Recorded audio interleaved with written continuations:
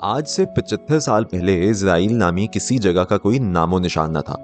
Palestine वो मुल्क जिसने ज्यूज को रेफ्यूजी की तहत अपने मुल्क में जगह दी थी, उस पर ज्यूज ने इलीगली कब्जा किया और उसके बाद से इजराइल जैसी एक जगह का सफ़ाए हिस्ती पे नाम आया। इस कब्जे के बायस कई मासूम फलस्तीनी जानों का ज़या हुआ और आज 2023 में पैलेस्टाइन ने जब इन हमलों का जवाब देने का फैसला किया तो उनके खिलाफ एक जंग डिक्लेयर कर दी गई। इस जंग के शुरू होने की वजूहात क्या हैं और क्यों आजकल हर हेडलाइन पर यही खबर चल रही है, आइए जानते हैं इस वीडियो में। Welcome back to logic feed, your daily source of entertainment.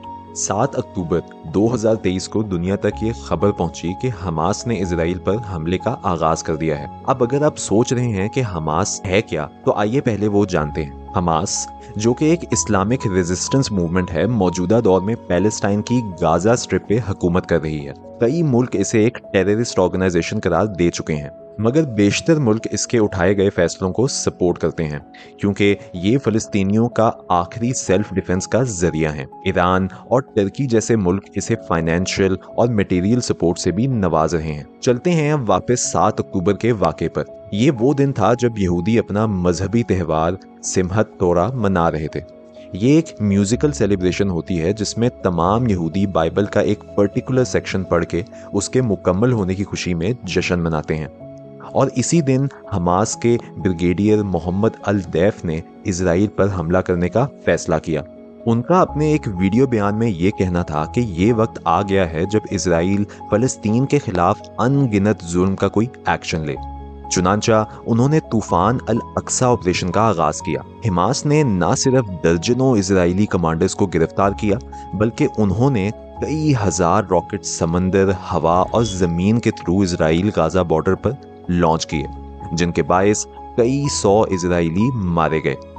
इस अटैक के बाद इजराइल ने हमास के अगेंस्ट जंग का ऐलान कर दिया। 75 सालों में बेशुमार हमले तो इजराइल ने फलस्तीनियों पर किए ही, मगर ये पहली दफा है कि उन्होंने जंग डिक्लेयर की।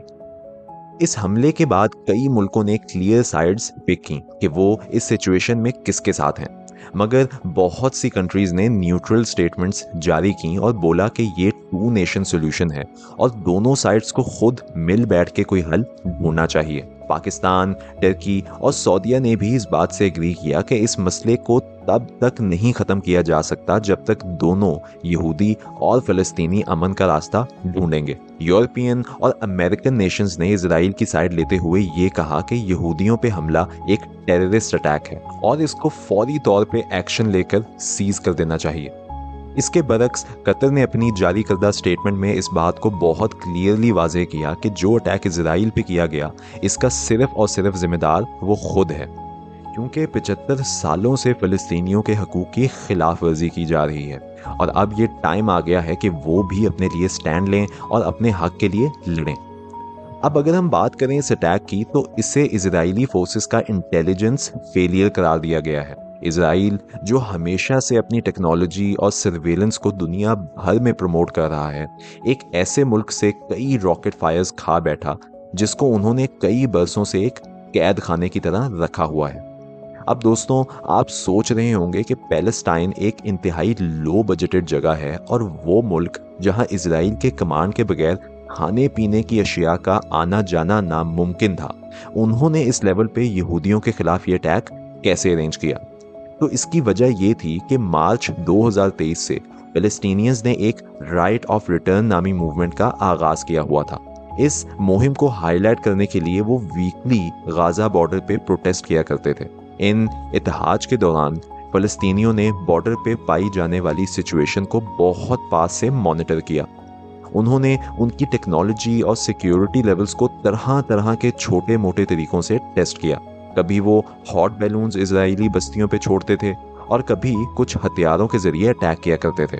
इस सब के दौरान उन्होंने इजरायली सिक्योरिटी में कई लूप होल्स को आइडेंटिफाई कर लिया और इन सब को दिमाग में रखते हुए एक शातिर प्लान दरियाफ्त किया। वो बस इस मौके की तलाश में थे कि कब इस प्लान को इम्प्लीमेंट किया जाए, और वो फेस्टिवल का दिन इसके लिए बेहतरीन दिन था क्योंकि ये तमाम यहूदी एक जगह इकट्ठे थे और सेलिब्रेशंस में मसरूफ थे। इस अटैक के बायस फ़लस्तीनी ना तो सिर्फ गाज़ा बॉर्डर क्रॉस कर पाए बल्कि समंदर के जरिए सेल करके इजरायली बंदरगाहों को भी हिट किया और 7 मुख्तलिफ शहरों तक अपने इस अटैक को जारी रख सके। इस सब के बाद इस बात में तो कोई शक नहीं कि इजराइल भी इस अटैक का जवाब देगा। लेटेस्ट इतलात के मुताबिक ये कहा जा रहा है कि कई हजार फ़लस्तीनी शहीद तो कर दिए गए हैं। इसके साथ साथ उनके पास से गैस, बिजली और पानी जैसी जिंदगी की अहम ज़रूरियात भी लेने का फैसला कर लिया गया है। ये सब देखते हुए एक आम मुसलमान के दिमाग में तो यही ख्याल आएगा कि उन्हें अपने मुसलमान भाइयों का किसी न किसी तरह साथ तो देना पड़ेगा, मगर ये उनकी पीस ट्रीटी के खिलाफ होगा। मुस्लिम ममालिक जिनमें सऊदी अरब, इंडोनेशिया, मोरक्को और ईरान वगैरह शामिल हैं, वो एक पीस प्रोसेस को अपनाना चाह रहे हैं और फ़लस्तीन के मुसलमानों का साथ देना इस प्रोसेस के लिए एक बहुत बड़ा धचका होगा। अभी की सिचुएशन के हिसाब से तो यही नज़र आता है कि ये जंग अब काफ़ी बड़े स्केल पर चली गई है, क्योंकि हर बड़े मुल्क की इस वॉर को लेके अपनी एक राय मौजूद है। दोस्तों, आपको क्या लगता है, दुनिया के बाकी बड़े मुल्क इस जंग को रुकवाने के लिए बीच में इंटरफेयर करेंगे या ये जंग इजराइल और पैलेस्टाइन के बीच बढ़ती रहेगी? अपनी राय का कमेंट्स में ज़रूर इजहार कीजिएगा। This is it for today's video. Make sure to like this video and subscribe to our channel for more interesting content like this. Thank you.